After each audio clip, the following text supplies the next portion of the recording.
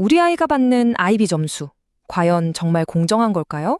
혹시 채점하는 선생님에 따라서, 또 시험 보는 날의 컨디션에 따라서 점수가 막 달라지는 건 아닐까? 이런 걱정 한 번쯤은 해보셨을 텐데요. 오늘 바로 그 궁금증과 불안감을 시원하게 해결해 드리겠습니다. 전 세계 수많은 학생들이 똑같이 치르는 이 아이비 시험이 어떻게 모두에게 신뢰를 주는 점수를 만들어내는지 그 비밀의 문을 함께 열어보겠습니다. 아마 많은 학부모님들께서 한 번쯤은 이런 걱정 해보셨을 거예요.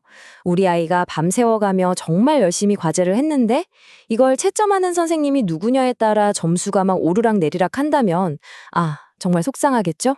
바로 이 아주 현실적인 불안감이 오늘 우리가 풀어야 할 핵심 문제입니다. 자, 오늘 우리가 어떤 순서로 이 궁금증을 풀어갈지 한번 볼까요? 먼저 모든 부모님의 마음속에 있는 근본적인 질문, 내 아이의 점수는 정말 공정한가? 에서부터 시작할 거고요. 이어서 아이비가 약속하는 일관성이란 게 도대체 뭔지, 그리고 그 일관성을 떠받치는 신뢰성의 세 가지 기둥에 대해 알아볼 겁니다. 그 다음엔 디지털 기술이 어떻게 채점자의 실수를 막아주는지, 실제 점수가 어떻게 조정되는지 시뮬레이션을 통해 생생하게 보고요. 마지막으로 이 모든 과정이 왜 전 세계 대학들이 아이비를 신뢰하는 이유가 되는지로 깔끔하게 마무리하겠습니다. 맞습니다. 모든 부모님의 마음은 똑같을 거예요. 우리 아이의 노력이, 그 땀의 결과가 단지 운이 나빠서 예를 들면 그날따라 유독 깐깐한 채점관을 만나서 제대로 평가받지 못하는 일은 절대로 없어야 하잖아요. 바로 이 공정성에 대한 간절한 바람이 모든 질문의 시작점입니다. 아이비는 이 질문에 아주 중요한 개념으로 답하는데요. 바로 신뢰성입니다. 이게 뭐냐면요. 평가 결과가 언제, 어디서, 누가 채점하던 간에 흔들림 없이 일관된 결과를 만들어낸다는 약속 같은 거예요. 채점 과정에 끼어들 수 있는 여러 우연의 요소들을 최대한 없애서 우리 아이의 진짜 실력이 점수에 그대로 드러나게 하겠다는 거죠. 그런데 여기서 정말 흥미로운 지점이 있어요. 아이비의 목표가 완벽하게, 기계처럼 똑같은 일관성은 아니라는 겁니다. 만약 그랬다가는요, 오히려 학생들의 창의성을 해칠 수도 있거든요. 대신 아이비는 충분한 수준의 신뢰성을 추구합니다. 이게 아주 절묘한 균형점인데요. 이렇게 함으로써 공정성은 꽉 잡으면서도 학생들이 창의력을 마음껏 발휘할 수 있는 에세이나 프로젝트 같은 과제를 낼 수 있게 되는 거예요. 정답이 정해진 문제만으로는 창의력을 볼 수 없으니까요. 자, 그럼 이 절묘한 균형을 어떻게 맞출까요? 아이비는 이 신뢰성이라는 집을 아주 튼튼한 세 개의 기둥 위에 짓습니다.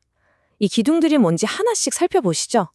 첫 번째 기둥은 채점자 간 신뢰성입니다. 아주 간단해요. 실력 있는 채점관 A가 우리 아이 과제를 채점했을 때랑 또 다른 채점관 B가 채점했을 때 점수가 거의 비슷하게 나와야 한다는 뜻입니다. 채점관의 개인적인 취향이 점수에 영향을 줘서는 안 된다는 거죠. 두 번째 기둥은요, 시간을 뛰어넘는 일관성이에요. 이걸 검사, 재검사 신뢰성이라고 하는데요. 우리 아이가 화요일에 시험을 보든 목요일에 시험을 보든 결과는 안정적으로 나와야 한다는 겁니다. 물론 그날 컨디션에 따라 약간의 차이는 있겠지만 시험 자체가 신뢰할 수 없다면 점수가 막 널뛰기를 하겠죠. 이 기둥이 바로 그런 변수를 막아줍니다. 그리고 마지막 세 번째 기둥, 이건 시험지 자체가 얼마나 잘 설계되었는지를 보는 내적 일관성입니다. 예를 들어 수학 시험이면 당연히 모든 문제가 학생의 수학 실력을 물어봐야 하잖아요. 그런데 갑자기 뜬금없이 영어 독해 능력이 필요한 문제가 섞여 있으면 안 되겠죠? 모든 문항이 수학 능력 측정이라는 하나의 목표를 향해 정교하게 작동하도록 보장하는 아주 중요한 장치입니다. 자, 그럼 가장 중요한 질문이 남았죠. 이론은 알겠는데 아이비는 이 세 개의 기둥을 현실에서 어떻게 단단하게 세울까요? 그 비밀의 열쇠는 바로 놀랍게도 디지털 기술에 있습니다. 보시다시피 여러 가지 방법이 쓰입니다. 채점관들을 똑같은 기준으로 훈련시키는 표준화, 학교별 점수 차이를 보정하는 모더레이션 같은 방법도 아주 중요하지만요. 정말 게임 체인저는 바로 이 디지털 강화입니다. 인간의 실수를 기술이 보완해주는 거죠. 이 온라인 채점 시스템이 어떻게 돌아가는지 한번 상상해보세요. 정말 대단합니다.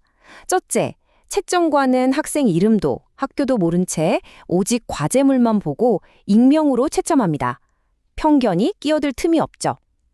둘째, 시스템이 채점하는 중간중간에 이미 정답과 점수가 매겨진 시드 스크립트라는 샘플 과제를 몰래 섞어 넣습니다. 채점관에게 보내는 일종의 깜짝 퀴즈죠. 이걸 제대로 채점하는지 보면서 실시간으로 정확도를 확인하는 거예요. 마지막으로 빅데이터를 분석해서 유독 점수를 짜게 주거나 후하게 주는 채점관의 패턴을 발견하면 시스템이 바로 경고를 보냅니다. 채점 기준을 다시 한번 확인해 주세요 하고요.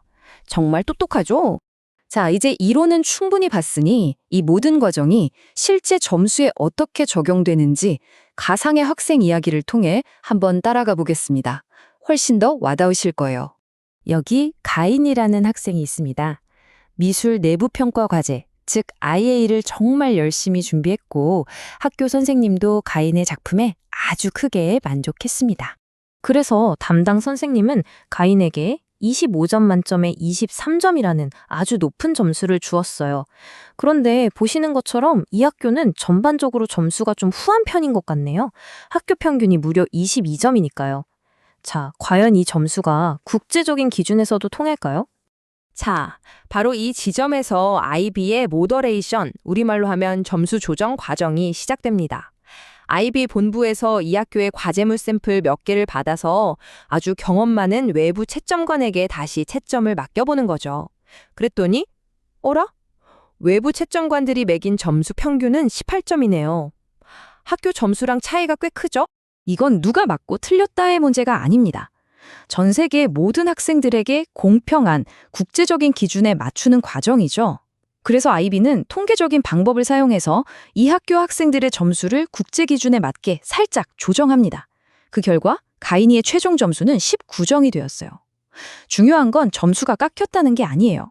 이제 가인이의 19점은 전 세계 어느 나라 학생의 19점과도 공정하게 비교될 수 있는 진짜 점수가 되었다는 뜻입니다.